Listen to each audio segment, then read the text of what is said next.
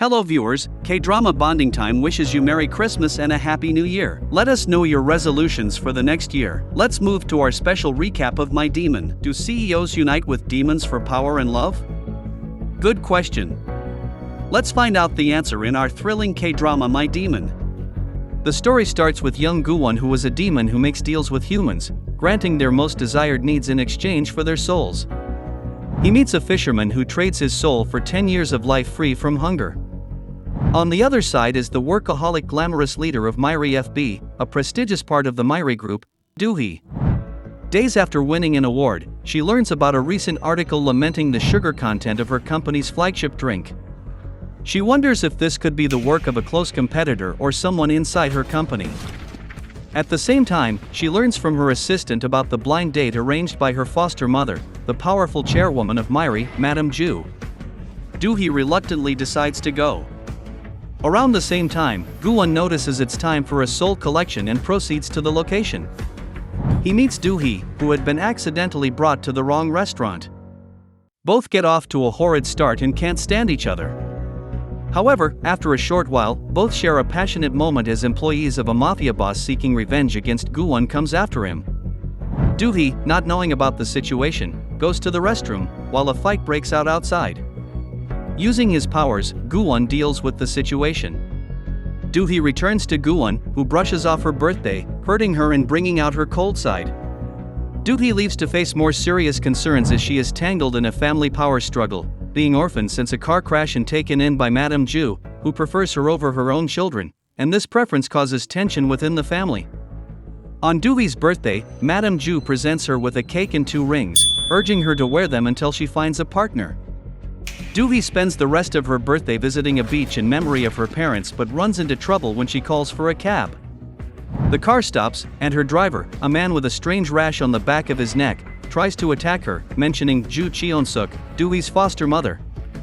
Do-Hee evades him, finding herself trapped between her pursuer and Goo-won, who tries to help but suddenly loses his power.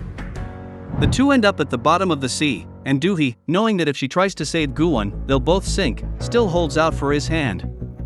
His cross tattoo burns into nothingness and reappears on her wrist. Both regain consciousness shortly and wash up ashore, with Goo-won still left shocked by the loss of his powers. Goo-won finds out that Do-Hee now has his tattoo, the source of his power. Desperate for a solution, he leans on his human companions, Park Bok-yu, his butler who made deals with demons in a past life. Goo-won tasks Park Bok-yu with finding out everything he can about Do-Hee. Goo-won finds life difficult without his powers, as failing to collect on deals means he'll spontaneously combust, and he doesn't know how long he has. Do-Hee, who's clueless about the world of demons and magic, has other worries at her company.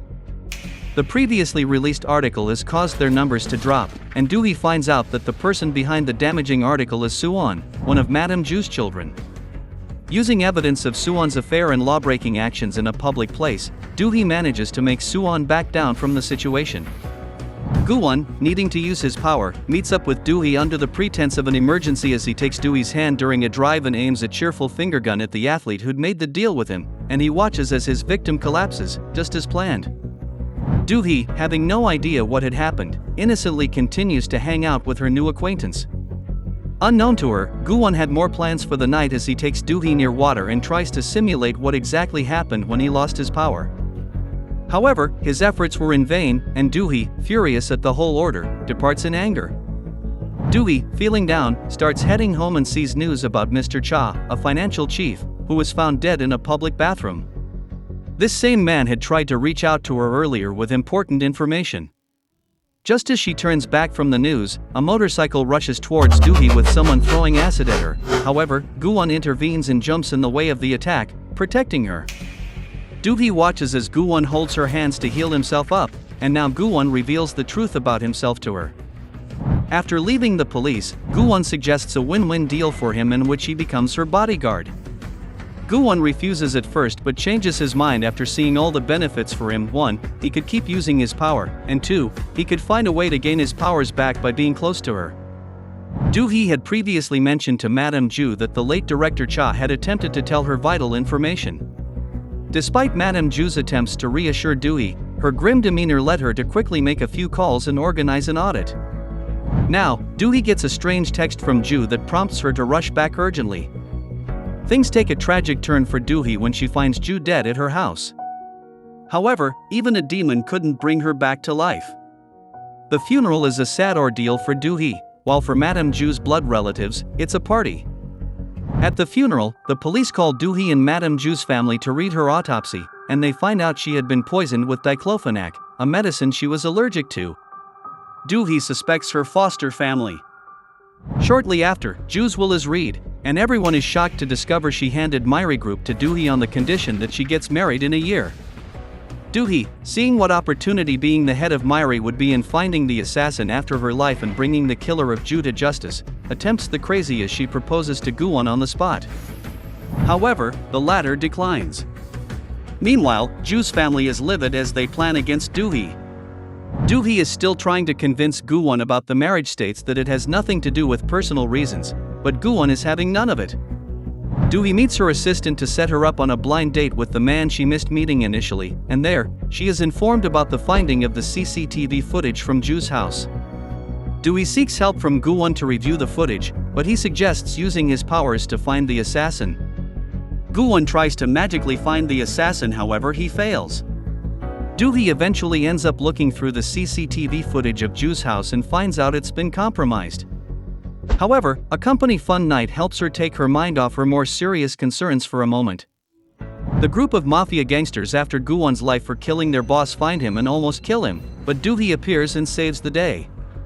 They both share a passionate moment, but Gu-won leaves before things could escalate. Do-Hee, curious to know why Gu-won was being protective of his feelings, plans to confront him. However, instead, she meets Jeong, Gu-won's second human companion, and the two have a brief exchange before Do-Hee proceeds to Gu-won's chambers, where she meets a still uptight Gu-won whose cold demeanor cuts her stay short. Meanwhile, the assassin works continuously to keep track of Do-Hee. At the company, the board of directors votes Sukmin, Madame Ju's eldest son, as the acting chairman. Unknown to Do-Hee, Sukmin had recently met secretly with the board, conspiring with them and bribing them. After the election meeting, Sukhoon, a nephew of Madame Ju and also Do-Hee's secret admirer, informs Do-Hee that he discovered something suspicious in the company's financial records from 2 years ago. The company bought a ship at a higher price than usual, but there's no trace of the ship now. Sukhoon promises to support Do-Hee until the very end, and this sparks jealousy in Gu-won once again, who drives her to meet a lawyer. The lawyer explains that more evidence is needed to file a fraud case, and later, the police also inform Do-Hee that they're not making progress in the case.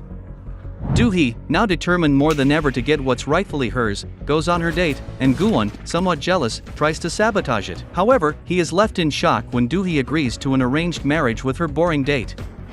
Gu-won loses it, and they both call an end to the bodyguard thing as they try to sort out their feelings for one another. However, shortly after, Do-Hee gets attacked again, this time at her house, and once again, Gu-won comes to her rescue. Thank you for watching this video. Let us know what series you want a recap for in the comments section below. Make sure to subscribe, and we'll meet in the next recap.